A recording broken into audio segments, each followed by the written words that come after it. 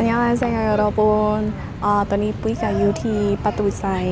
กำลังจะไปสัมภาษณ์สาวลาวเป็นจังใดก็ฝากติดตามไปน้ำกันเด้อสบายดีมีชื่อว่าแนวไหนชื่อนาลีอายุ22ปีชื่อมีลาอายุ24ปี24ปีเรียนอยู่มหาลัยบ่ณปัจจุบันจบแล้วค่ะก็จบแล้วคือกันถามทัศนคติว่ามีความคิดเห็นอะไรกับคนเกาหลีสำหรับคนเกาหลีที่มาเที่ยวในบ้านเฮาบ่รู้รู้สึกทางบ้านเฮาหรือว่าเฮาในมุมมองที่เฮาเห็นกับเจ้าตัวกับคนต่างชาติโอเคสำหรับทัศนคติกับคนเกาหลีเนาะรู้สึกว่าเพื่อนเป็นคนนึงที่ว่ามีเขาจะเรียกอะไรไมเซ็ตดีเนาะบ่ว่าจะเป็นทางด้านการประพฤติบ่หรือว่าการแต่งตัวหรืออย่างต่างนะจะ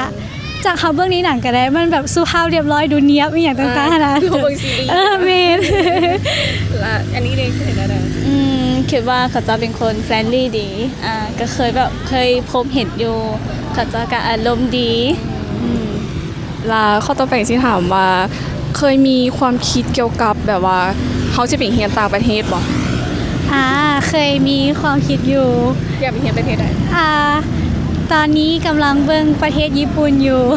แม่นแบบเป็นคนมาเบิ่งอนิเมะค่ะนะก็เลยอยากไปสัมผัสบรรยากาศประเทศนั้นบ่เป็นอย่างโอเคเดี๋ยวมันต่างๆได้อันนี้เด้ก็เคยมีความคิดก็สิอยากไปญี่ปุ่นหรือว่าเกาหลีแต่ว่าก็ยังบ่ได้ไปอนาคตจะบอกแล้วถามเรื่องคันสมมุติว่าเฮาอนาคตเนาะเฮาได้คบกับได้พบสายต่างชาติแต่เฮาบ่ฮู้ว่าจะเป็นชาติใดหั่นนะเฮาเป็นคนมักคนประเทศใดเอาประเทศเกาหลีก็ได้อยู่นะเกาหลีญี่ปุ่นประมาณนี้อันนี้คือกันคนเกาหลีหรือว่าคนประเภทใดก็ได้ค่ะนะที่เขาจะแบบว่าห่างเฮาจริงใจในกรณีที่ว่ากะเจ้ามาจีบเฮาแล้วกะเจ้าต้องเป็นคนแบบใดเช่นว่ากะเจ้าต้องเป็นอันรูปร่างหน้าตาต้องหล่ออย่างบ่ประมาณนี้โอ้คำถามนี้ว่ามีเวลาจะ2 ชั่วโมงหลักๆก็ต้องเป็นคนที่ว่าใจดีและแบบยอมทำเขาได้เนาะถ้ากรณีแบบต่างประเทศแบบเขาต่างกันอยู่แล้วนะวัฒนธรรมการเติบโตเนาะถ้าแบบว่าเขาเจ้ายอมทำเขาพร้อมที่จะแชร์ยุ่น้ำกันอย่างต่างนะก็โอเคเลยส่วนเรื่องแบบรูปร่างหน้าตานะก็อาจจะผิว2 สีหรือขาวบ่สูงเอาใจเก่งเลยอันนี้เด้ก็สิหน้าตาก็น้อยนึงซะก็สิแบบขี้หายก็ได้ก็บ่แม่นก็น้อยนึงเพราะเป็นวัดไปมาน้ำกันกันอย่างเงี้ย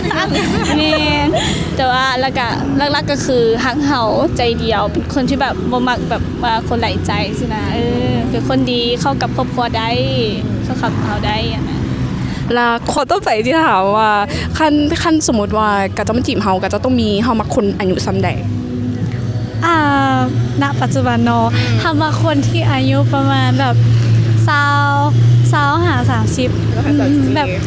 ก็พูดถึงซาแต่ก็ต้องแบบประมาณ25 26บ่หา30ปลายอัพสินะดูเป็นผู้ใหญ่ดีเลย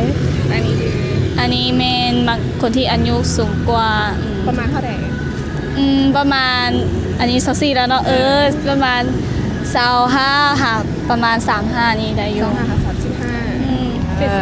40กันยังได้เดี๋ยวนี้แบบ40ผู้ชายเขาเจ้าก็ดูแลตัวเองเขาเจ้ากันยังโอเคอยู่นะละ10ก็บ่ไหว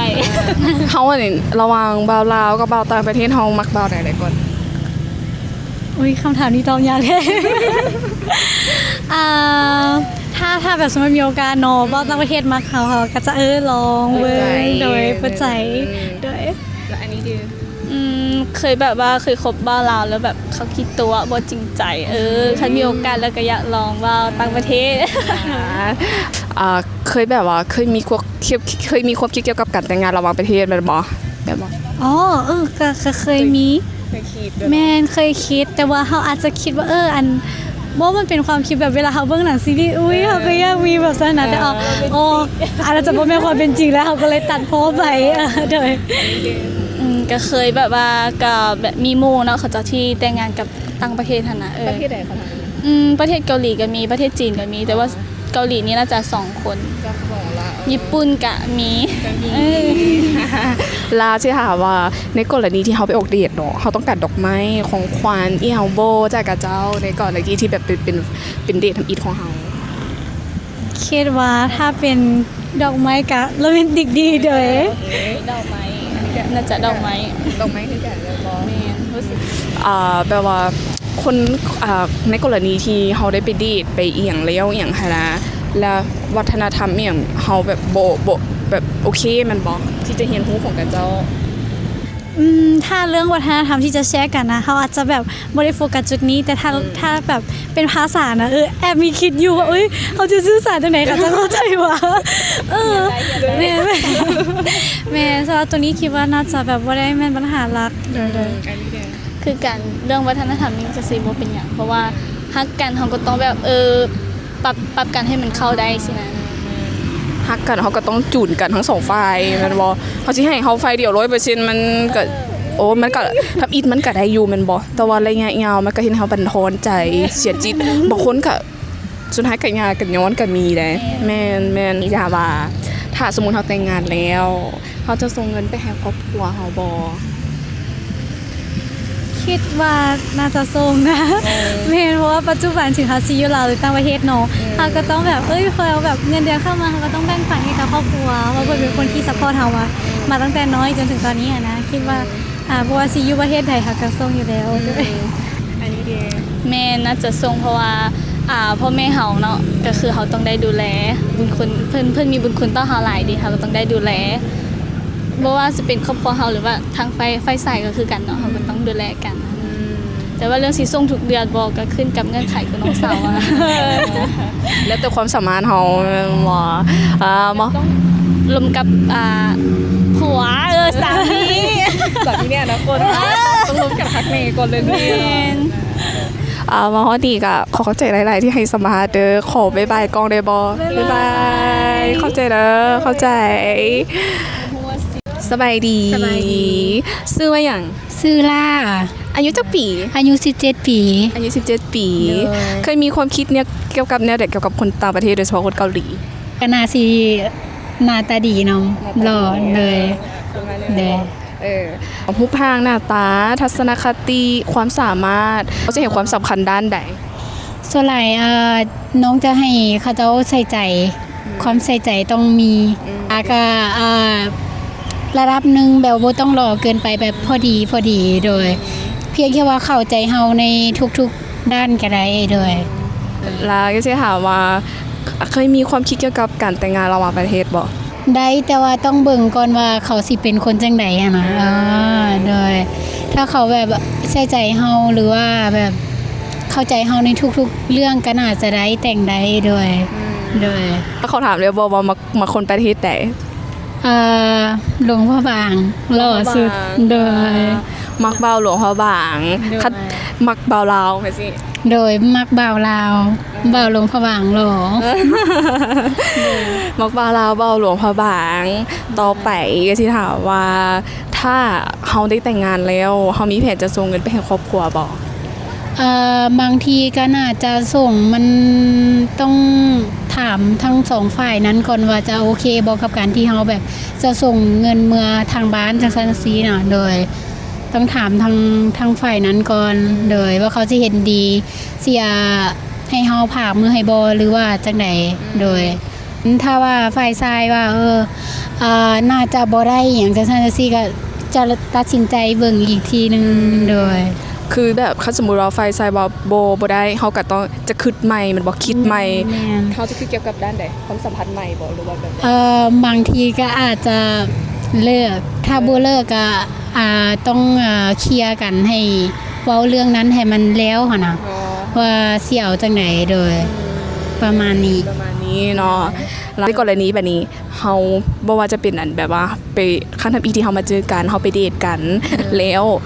เฮาต้องการดอกไม้ของขวัญอีหยังบ่ ถ้าว่าไปเดทอันดับแรกก็ดอกไม้ต้องมีโดยเซอร์ไพรส์หยังก็ได้ที่แบบต้องเซอร์ไพรส์หยังจักอย่างอะนะแบบว่าแม่นมากแต่ถ้าบ่เซอร์ไพรส์เลยก็คือสิน้อยใจแม่น ต้องแบบว่าอย่างแรกบ่หลายก็ดอกกุหลาบดอกหนึงก็ได้แบบขอแค่เขาสะใภ้เฮาเล็กๆน้อยๆก็ได้เลย และอายุเด้คันมาคบกับเฮาก็จะต้องมีอายุประมาณสัก ประมาณ26 27ก็ได้โดยพอได้แต่ก็อันนั้นบ่ได้แล้ว ประมาณ10ปีตัวเนาะห่างกับเฮา10ปีแม่นบ่เพราะว่า17ก็จะประมาณ27 โดย